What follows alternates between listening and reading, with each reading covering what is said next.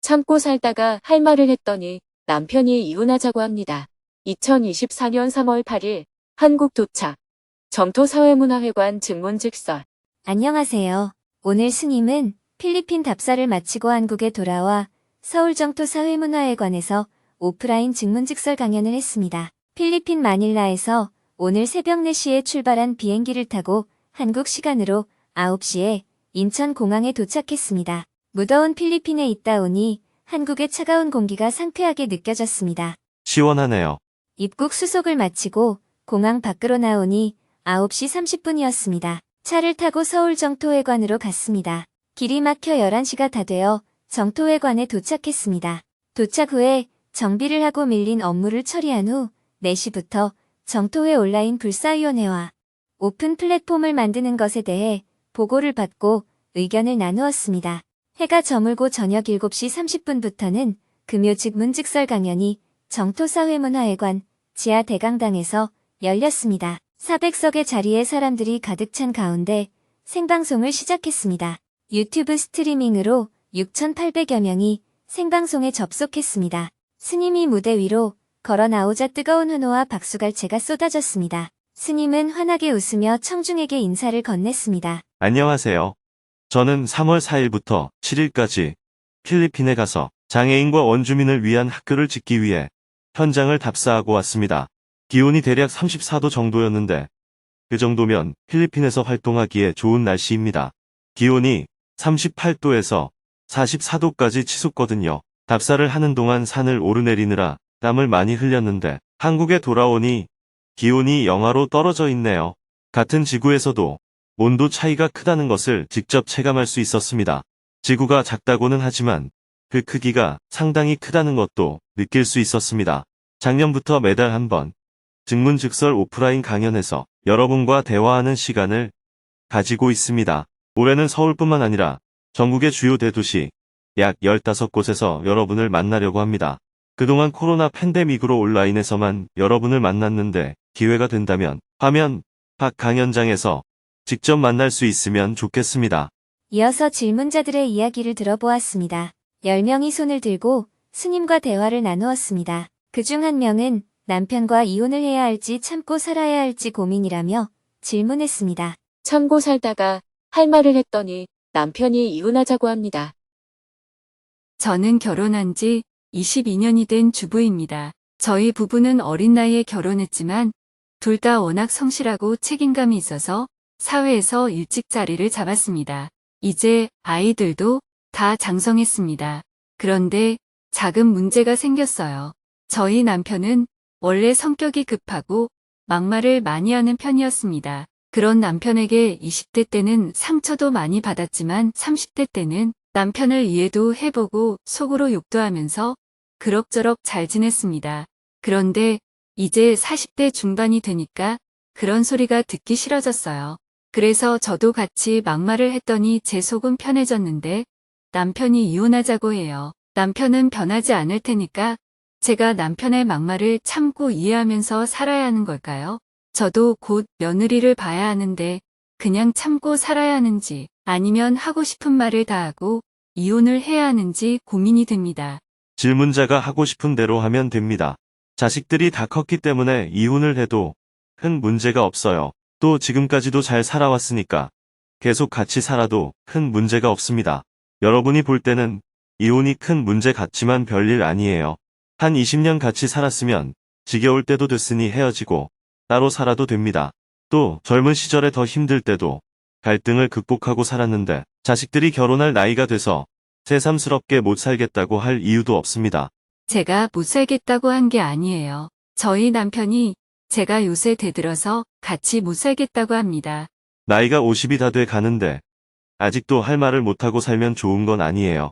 할 말은 하고 사세요. 감사합니다. 남편한테 이 영상을 꼭 보여주겠습니다. 제 말을 오해하시면 안 돼요. 막말을 하라는 게 아닙니다. 할 말을 하라는 거예요. 할 말과 막말은 다르잖아요.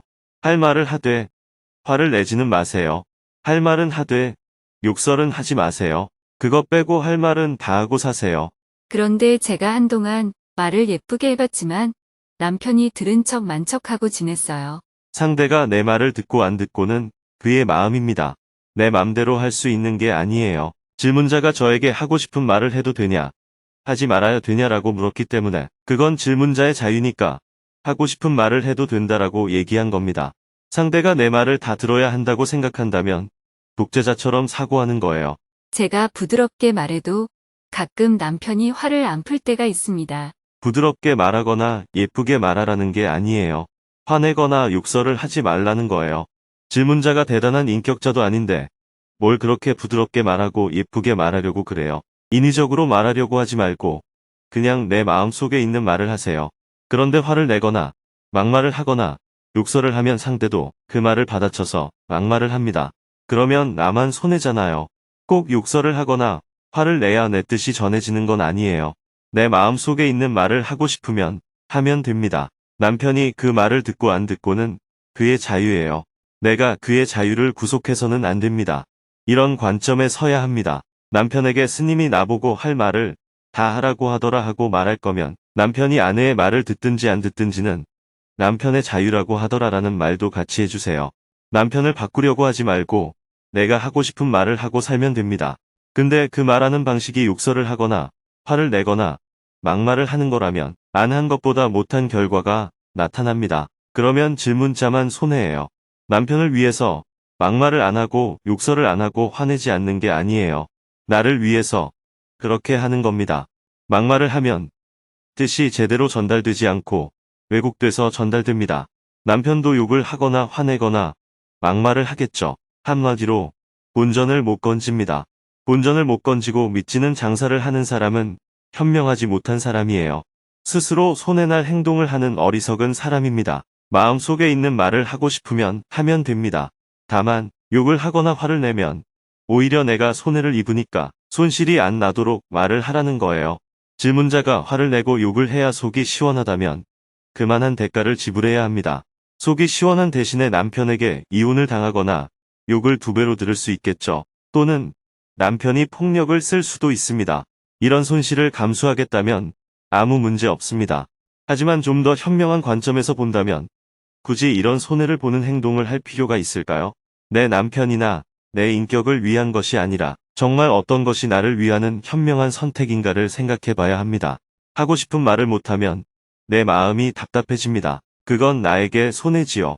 하고 싶은 말이 있다면 하는 게 좋습니다. 그런데 화를 내면서 말하면 나에게 돌아오는 손해가 더 큽니다.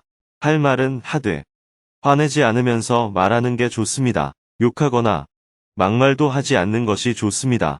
그건 내 인격을 위한 것이 아니고 나에게 돌아오는 손해를 막기 위한 것입니다.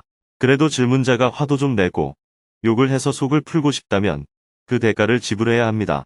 우리가 여가 생활을 할 때도 반드시 대가를 지불하지 않습니까? 맛있는 음식을 먹고 싶으면 음식값을 내야 하고 여기저기 구경을 하고 싶으면 그 비용을 내야 합니다. 이처럼 내 속을 풀려면 반드시 그에 상응한 대가를 지불해야 합니다. 욕하고 뺨을 한 대 얻어맞는 것도 방법입니다. 욕을 해야 속이 풀린다면 뺨을 맞으면서도 아, 속 시원하다 하고 빙긋이 웃어야 해요. 이런 건 괜찮습니다. 지금 질문자의 사례뿐 아니라 모든 일에는 항상 대가를 지불해야 합니다. 내게 뭔가 기쁨을 주거나 이익이 되는 것에도 반드시 대가가 따릅니다. 질문자가 욕을 하고 그에 대한 대가를 지불하겠다는 자세를 가지면 상대가 어떻게 해도 억울한 마음이 들지 않습니다. 이런 관점을 가지면 내가 괴롭지 않습니다. 저희 남편은 종종 남을 비난합니다. 그런데 본인은 그걸 잘 몰라요. 남편이 그걸 알아차리게 하려면 어떻게 해야 할까요? 질문자부터 안 되는데 어떻게 남편을 알아차리게 할 수 있겠어요? 그건 다 남편을 고치고 싶다는 얘기예요. 남편을 고쳐서 내가 좀 편하게 살고 싶으면 다른 절이나 교회에 가서 부처님이나 하느님께 비셔야 합니다. 증문즉설의 핵심은 나를 어떻게 고칠 것인가에 초점을 맞추는 것입니다. 다른 사람을 바꾸려는 시도는 수행이 아니라 복을 구하는 거예요. 남편이 남을 비난하고 화를 내는 것은 그의 성격의 일부입니다. 그저 남편의 성격은 저렇구나 하고 받아들이면 남편이 어떻게 행동하더라도 나는 괴롭지 않을 수 있습니다. 예를 들어, 날씨가 춥거나 더울 때 날씨를 어떻게 바꿀까라고 고민하는 것은 즉문즉설의 관점이 아닙니다. 날씨가 추운데 어떻게 해야 하나요? 라고 물으면 더 따뜻한 옷을 입으세요. 라고 답합니다. 날씨가 더울 때는 어떻게 해야 하나요? 라고 물으면 가벼운 옷을 입고 양산을 쓰세요. 라고 말합니다. 비가 오고 바닥이 미끄러울 때는 어떻게 해야 하나요?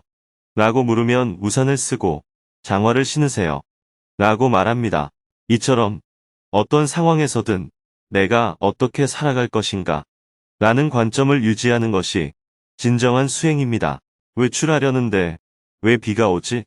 일을 해야 하는데 왜 해가 떴지? 라고 하는 것은 내가 통제할 수 없는 사항에 대해 불평하는 것입니다. 그렇게 사고하기 때문에 신에게 비를 그쳐달라거나 날씨가 흐리게 해달라고 기도하는 어리석은 행위를 하는 겁니다. 감사합니다. 신에게 이렇게 해주세요. 저렇게 해주세요. 하고 비는 사람은 주인이 누구일까요? 신이 주인입니다. 부처님께 이거 해주세요. 저거 해주세요.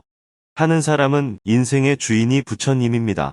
남편의 말과 행동에 따라 울기도 하고 웃기도 하는 사람은 인생의 주인이 남편인 거예요. 인생의 주인이 남편도 아니고 하느님도 아니고 부처님도 아니고 임금도 아니라 내가 내 삶의 주인이 되면 어떤 세상에도 맞추어 살아갈 수 있습니다. 남편이 술을 안 마시면 좋겠습니다. 라고 하는 사람은 남편이 인생의 주인인 거예요. 남편이 술을 안 마시면 기분이 좋고 남편이 술을 마시면 기분이 나쁘니까요. 그러면 어떻게 해야 할까요? 남편이 술은 좀 마시지만 돈을 잘 번다. 또는 그 사람 성격은 좋다. 하고 남편을 있는 그대로 수용하고 같이 사는 길이 있습니다. 아무리 돈을 잘 벌고 평소에 잘해줘도 술만 먹으면 행패를 피워서 이 사람과 못 살겠다면 헤어지는 길도 있습니다. 결정은 누가 할까요? 내가 합니다.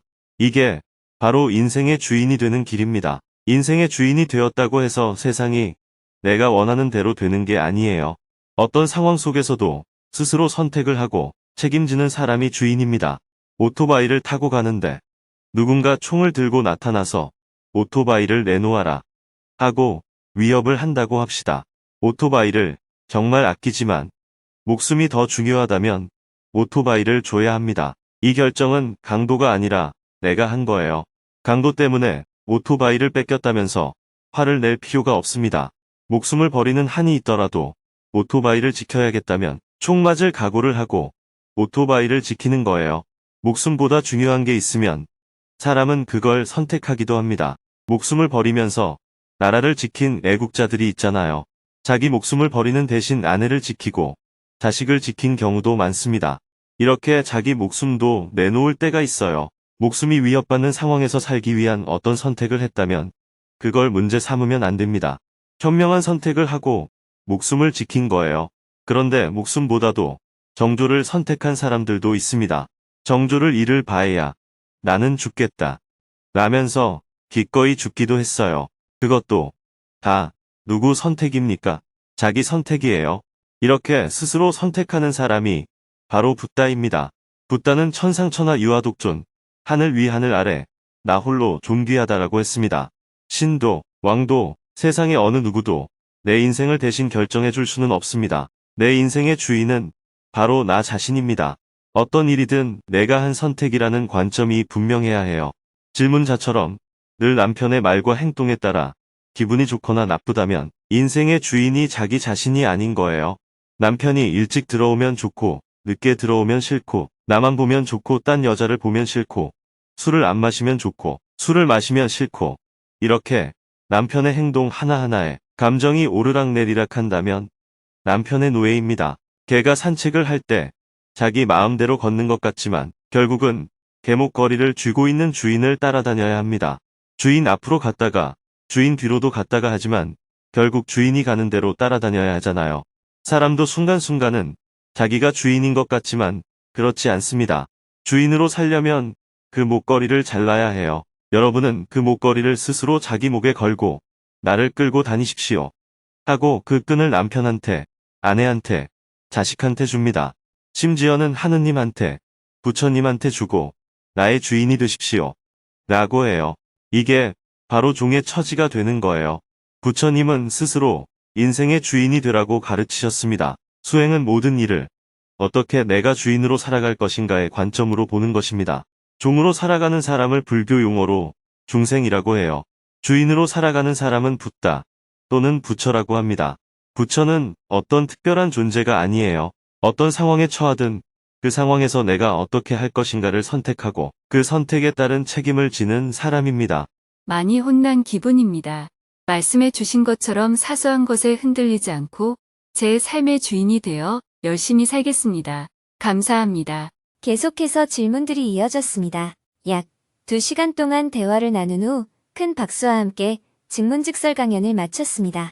내일 오전에는 1년 동안 법사 교육을 마친 화엄반 행자님들의 수계식을 하고 오후에는 서원행자 추천자를 위한 직문직설 평화재단 통일 의병 간담회를 할 예정입니다.